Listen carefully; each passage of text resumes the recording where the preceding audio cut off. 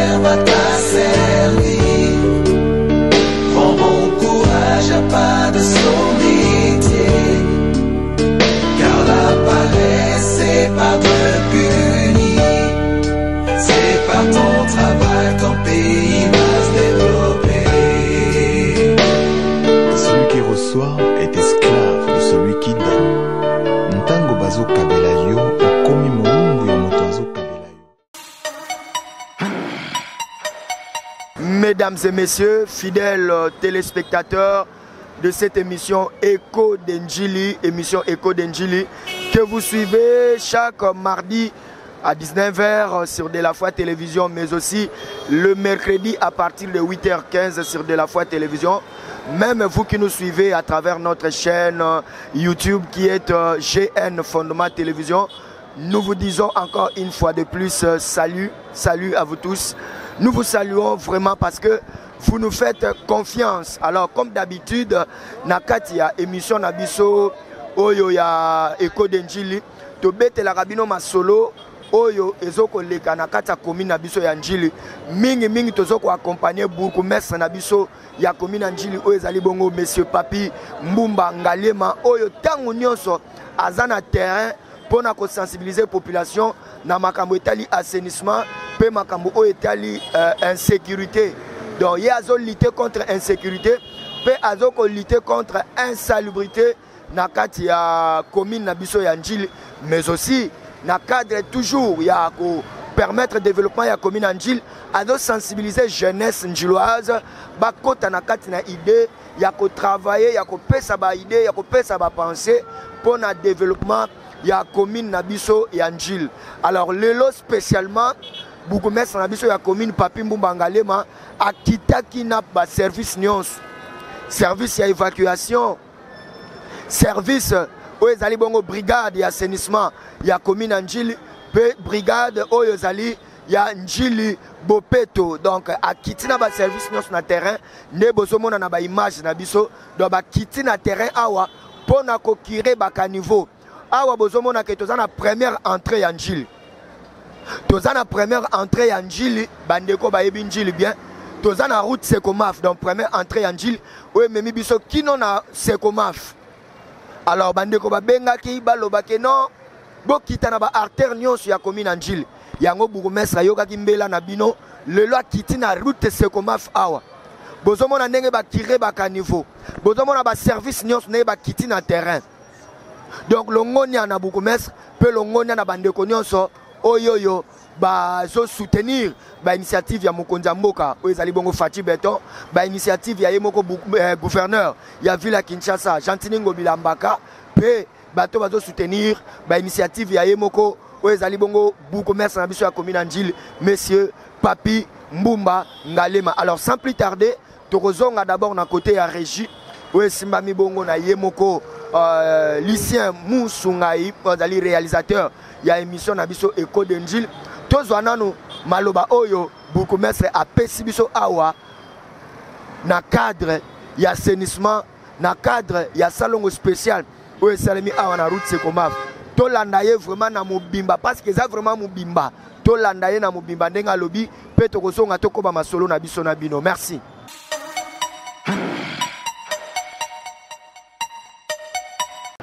Aujourd'hui, le constat est amer. Pendant que nous avons eu l'habitude de sensibiliser, de demander ou d'instruire à la population d'exécuter et obéir aux instructions de l'autorité, les gens ont relâché cette instruction. Raison pour laquelle je redescends encore de nouveau moi-même sur le terrain. Ici, nous sommes sur la route Sekomaf pour constater et passer directement à l'action. Raison pour laquelle vous me voyez avec la brigade communale de Njili en train d'exécuter les salons. Comme d'accoutume ou d'accoutumier, chaque samedi, nous sommes sur le terrain pour faire les salongos ensemble avec la population. Donc vous constatez vous-même que je n'ai jamais oublié la route Sekomaf parce que vous me trouvez sur cette route en train de faire cette activité de salon. Donc dites à la population djiloise que nous n'avons pas oublié la route Sekomaf. Raison pour laquelle je me retrouve ici aujourd'hui pour faire moi-même les salongo avec la brigade communale. Maï et Tondi, vous allez constater que tout dans la saison sèche, mais Maï et Zoton dans la balabala. Et je viens d'inspecter, j'ai découvert un bâtiment, un immeuble na bango, un tuyau, il y a un maï, il y a un fosse septique na bango, un bimisa yango na se et kota na balabala. Ouais. Un tuyau, il y a un immeuble na bango, un maï, un salle et la car. Na ba salle de bain, na ba canaliser yango kino na balabala ya l'État. Et ça ba immeuble tongama kala.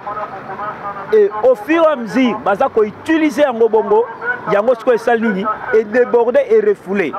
Raison pour laquelle na ko découvrir yango lelo et j'ai déjà instruit mes services de lundi ba propriétaire ba immeuble wana ba ozala convoquer na commune pour na ko répondre ba acte bango ba salut. Ou ezali destruction méchante bango bazo sala na ko baby sanzela ya l'État. Bokondia mboka tata Félix Antoine Tshisekedi Tshilombo pe gouverneur ya ville Jean-Tini Ngobila Mbaka bazo fournir be fort tongo midi pourquoi pona ko luka ko tia ba kinoa na ba condition o elongo bani mais taka biso moko ba kinoa tozo baby sa biloko o ba konzi bazo tia la disposition na biso po toza na ba condition malamu tala o ezali nzela ya l'État mutatongi immeuble a canaliser ba tio na ye na kati ya balabala l'État et azozo même pas soin nango lelo oyo nzela est comme débordé. Donc biso sous l'État to kiti pona ko luka ko sala musala oyo yango wana lundi ba propriétaire ba immeuble wana ba ko répondre devant l'État na ba acte oyo au cas où ba sali refus toko appliquer loi toko l'accepter que la force reste à la loi. Personne ne peut être au-dessus de la loi. Et surtout avec l'instruction de son excellence, monsieur le gouverneur de la ville, je ne reculerai jamais et je ne céderai jamais dans ma pression ou dans le trafic d'influence. Je vais exécuter l'instruction de la ville qui nous a soukala yango. Population djiloise, il faut accompagner l'État. Accompagner l'État, oyo ngai bourgmestre na bango nazako représenter. Baebake na koki ko apparaître bisika nyoso mbala moko te. Donc il faut bango moko bazwa conscience que tant ou moi et loko za ko répondre à la bisika bazali bazwa soin ya ko sala pe ya ko bongisa.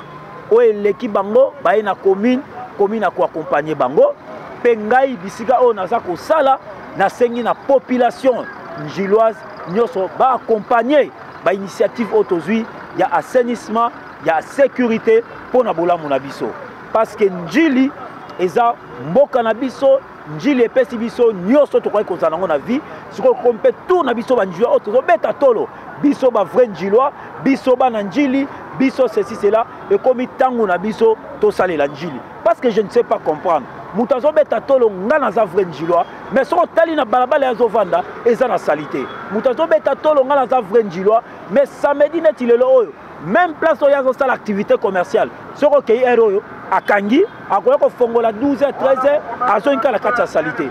Où est-ce qu'on a ngilité? Bateau balingili, et Zabolingo tozo la kisa. La Katia Bamaya Salité, la Katia Bapotopoto, na poussière, tozo ko sale l'angili. Il y a donc 5 la population djiloise, va emboîter les pas, l'initiative OP, instruction Mokonzi Mboka, pour que Njili soit là bien, et puis Njili ezala na bopeto mingi. Instruction oyo ya mokonzi ezali exécuté sans faille. Population to mutu nyonso oyo akoleka a passé outre mesure. L'instruction à son excellence monsieur le gouverneur de la ville, je cite Jean-Tini Ngobila Mbaka akokutana na mobeko liboso na ye. Pona ba o nyonso baza ko kanisa ke baza likolo ya mobeko bamikosa te mobeko eza likolo na bango. Na koyebisa o preuve moko ozomona ke ba magasin bendien na kangi yango na lobi na bango lelo magasin moko te ko fungwama lelo ba magasin eza ko kanga e ko fungwama te na tie ba service nyoso bazawana pona ba magasin e fungwama te parce que ba exécuter te instruction mokonzi o etali salongo. Donc yango wana mutu nyoso oyo ako exécuter te akuta na rigueur ya loi et 10003 ko kangaye et 10005 ko kanga pe bango pour ba nuisance sonore. Donc les ngai bougoumer ça te tande mo be konde ko kanga bango. Naza toujours ko sensibiliser population na ngai ya Njili parce que Njili ezali commune miroir. Njili ezali commune pilote. Na cadre ya 9e G ya francophonie, oyo ngai moko nazwa ki part lobi na stade de Martyrs, naza kosenga la banjilwa. Lokola tata mokonzi akanisi banjilwa na ko inviter ngai bourgmestre na bango na participer na milulu wana pe na kosenga la population ba accompagner ba G ya francophonie, population à se mobiliser na appel nyonso ya francophonie pour que to rendre tata mokonzi ekolo Félix Antoine Tshisekedi Tshilombo makasi pe to rendre la gouverneur de la ville son excellence Jean Ngobila Mbaka ye pe to rendre ye makasi pour na ete milulu wana ekende liboso pe ekende na succès ndenge bandi pe ndenge kosuka et puis population a intériorisé salongo assainissement le long un boulevard le long un grand acteur bisika nyonso oyo miroir ya commune Njili ko komonana pour que Njili ezala pe moko ya ba commune rayonnante ya ville province ya Kinshasa.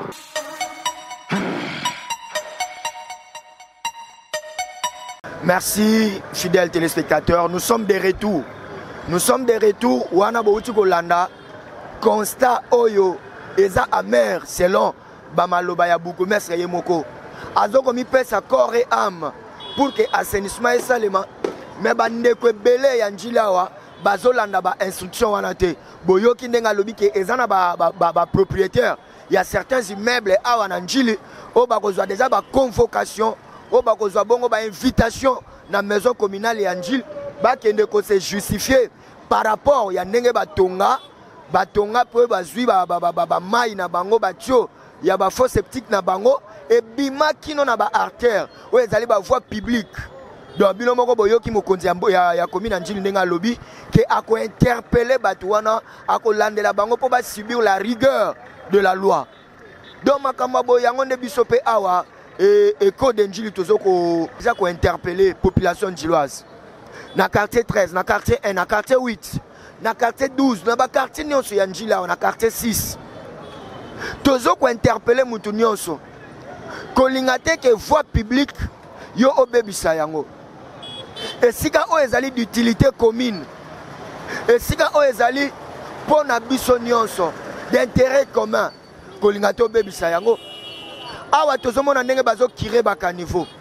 Mais après 2 jours, après 3 jours, kaka biso moko tokobwaka ba milangi na kati ya ba caniveau wana. Tokobwaka ba sachet na biso en plastique na ba caniveau wana. Bon, mboke ko se développer ndenge nini? Maladie ko sila ndenge nini? Tala musala bandeko bazo sala brigade ya assainissement ya Njili. Bandeko Njili bopeto tala ndenge bazo sala. Alors, yango tozo ko interpeller na biso nyonso population. Ba maman, ba papa, ba teki, ba vendeur, ba vendeuse. O bodo teka tout au long ya ba balabala. Bo sala salongo. Bo boaka te ba milangi ba sachet na ba caniveau. Ba immondice bo boaka yango te na kati na ba caniveau. Eza vraiment malamu mingi te soki bo boaka ba biloko wana. Alors tozoko ba toujours na kati na émission na biso Écho de Njili. Le temps pour nous de saluer quelques notables njilois. Tozo bandana moko le pasteur de la foi, tozana notable mususu, le révérend Edo Mafweni, grand notable njilois, pe honorable Dakingoma, honorable André Moulwakalala. Donc tozo saluer bino nyonso wana. Tozo saluer bino na musala bodo sala ya ko sensibiliser population njiloise pour que basala salongo à tout moment pour na ko lutter contre ba insalubrité awa na kati ya commune na biso ya Njili o ezali commune miroir. Bon, ça n'a été que tozali na période, il y a 9e jeu de la francophonie. Oyo Kinshasa eza lelo na ba télévision nyonso ya monde. RDC eza lelo na ba télévision pe ba radio nyonso ya monde. Njili oyo ezali miroir ya Kinshasa lelo. Bourgmestre akiti na terrain. Po na kosala salongo moko spécial po ba visiteurs, ba athlètes, ba opérateurs culturels. Oh bah outi partout à travers le monde. Oh bah yeko sala na cadre ya 9e G ya francophonie. Ba mona propriété na Njili, ba mona propriété na kati ya ville na biso ya Kinshasa. Vraiment longonia na excellence Papi Mbumba Ngalema na musala kitoko. Alors, Lucien Musungai tozozonga tozwa mwa ba interview. Ezana bandeko ba sepeli pe ba loba. Tolanda ndenge balobeli awa na micro na biso ya Echo de Njili na yebisa bandeko ke Echo de Njili eza émission moko ambassadrice ya commune Njili pe nga moko Gaspard Ndongala nazali ambassadeur communal ya commune na biso Njili pona ko pesela toujours ba actualité o ezoleka na kati ya commune na biso toyoka bandeko na biso ndenge basili ko pesela na micro ya Lucien Musungai pe ya de la foi télévision. Merci.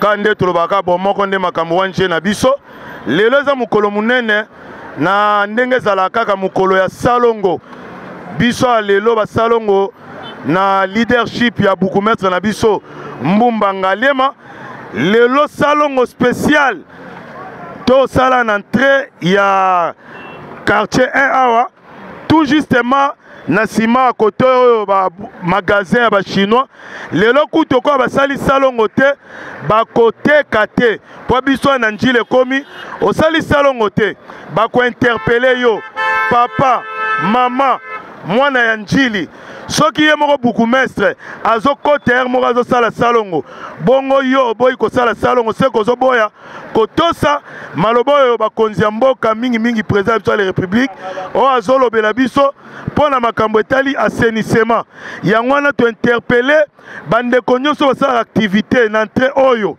o boy ko sala na Njili salongo yeba okofuta lomande pe bakokanga biloko na yo yango wana toza ko interpeller banjilwa nyonso na banjiloise olia koloba ke belebele porte ya bukumetre na biso eza polele boya kopesa makanisi pona komi na biso ya Njili ekende liboso eloko ya liboso bato makamboka eza ba biso moko ba petit peuple so totie ordre na bisika tosalaka désordre ozala te avant mokonzi mboka asala biso na to kumeka kosala poto sungaye en tout cas na sepeli na gouverneur na biso ya ville Gentili Ngobila pona initiative na ya kine bopeto mais biso pe toza ba moko ya kati ya Njili ba responsable ngai naza président ya tronçon ya quartier 1 ya secteur ya 3 pine na association Amico en tout cas toza likasi makasi ya kosunga gouverneur na biso na président de la République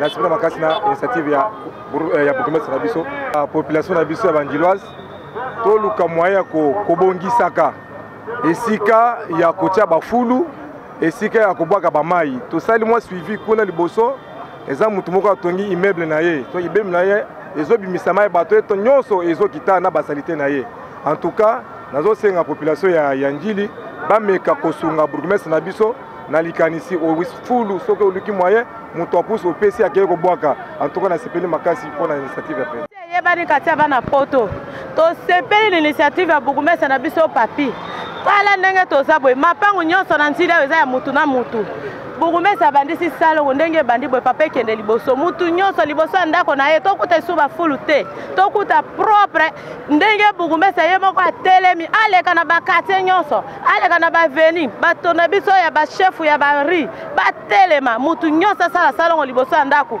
biso nyonso na banzela tobongisa Njili na biso papa Njili toolata kitoko bongo mpo ani basalite boye na bamapango basalite na balabala kitoko papa papi bourgmestre na biso papi umela obali na quartier 1 ti na quartier 13 makambo ekoma ti na quartier 13 biso nyonso toza nsima na yo umela papa Nzambe abate na yo.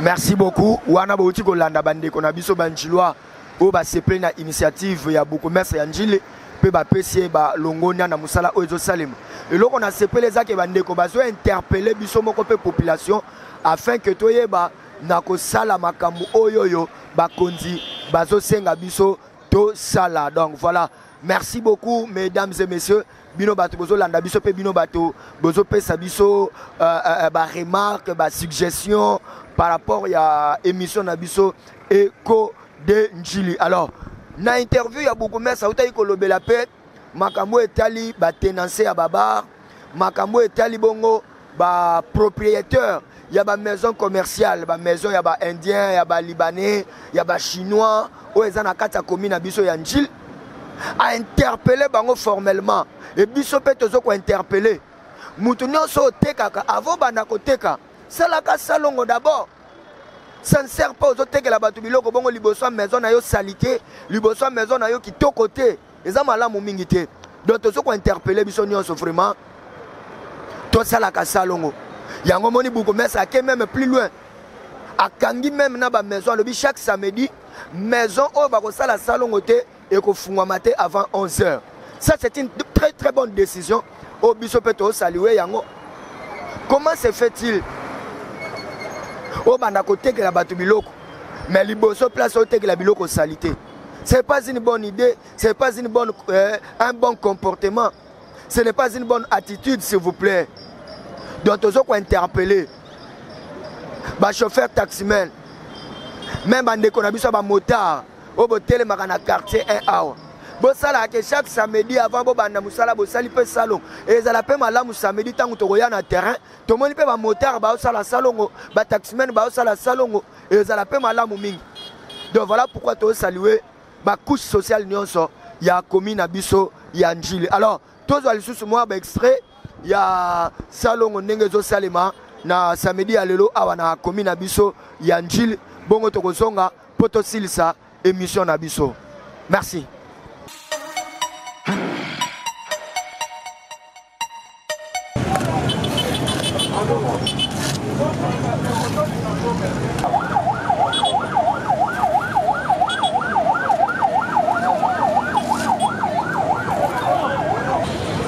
Voilà pour mettre la mission pour Tambalema, au Tozane Lambo, au Azopeta Kasete. Toujours le Bélabanchilo. Malheureusement, Bélabanchilo n'a pas côté la vision à été. Au côté la vision a été, c'est le bon côté la vision.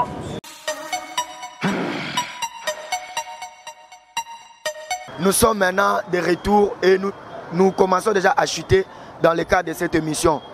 Alors, tous autres chuter, mais il y a un autre Njilois, hein, où il y a une initiative, il y a beaucoup de maîtres.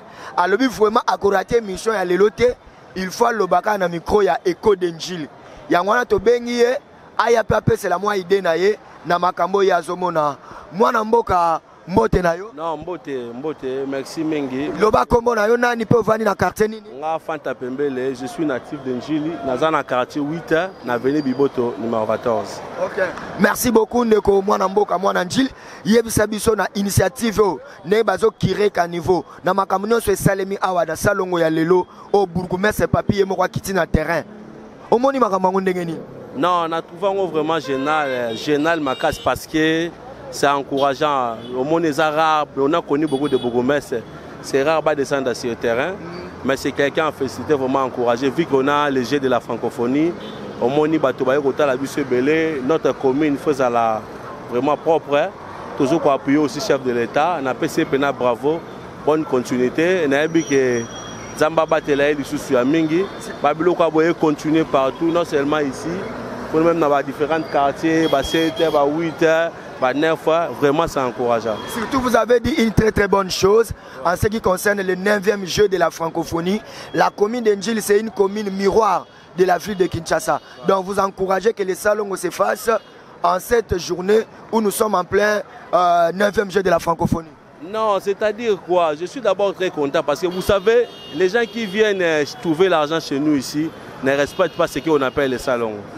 Aujourd'hui, vraiment très content parce que le bourgmestre est là. Vous allez voir un Indien qui ouvre quoi, sa boutique ou le magasin à 9h ou à 8h. Il n'a même pas fait quoi, le propriétaire devant là où il vend. Mais comme ça, là, c'est bien parce que tout le monde devait suivre cette initiative. Avant d'abord d'ouvrir, puisque vous enlevez tout ce qui est salité, les déchets là-bas, vous jetez quelque part. Vraiment, parce que quand tu parles d'Njili, c'est vraiment, je peux dire, la miroir de la Tchangou. Donc tu ne peux pas parler de la Tchangou sans passer par Njili.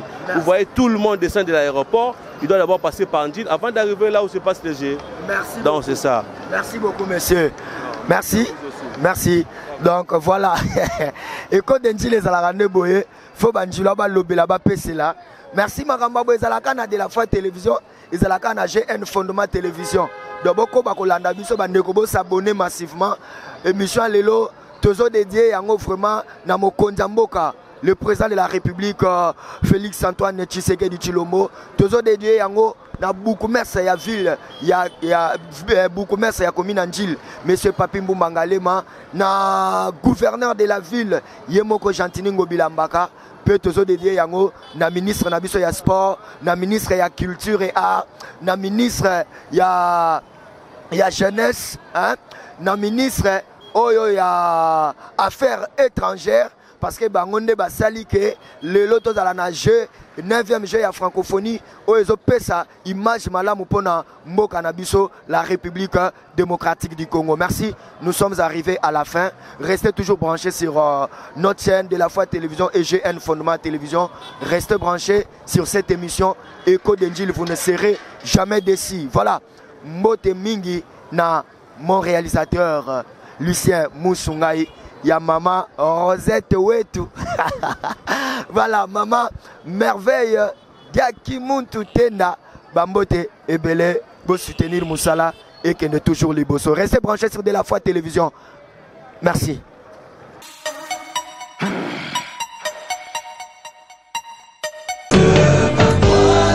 La liberté, ce par quoi tu seras béni, car la main ne peut plus tomber, c'est par ton travail que Dieu va te bénir. Rester sans rien faire va t'asservir, prends bon courage à pas de son métier. C'est par Dieu puni, c'est par ton travail ton pays va se développer. Celui qui reçoit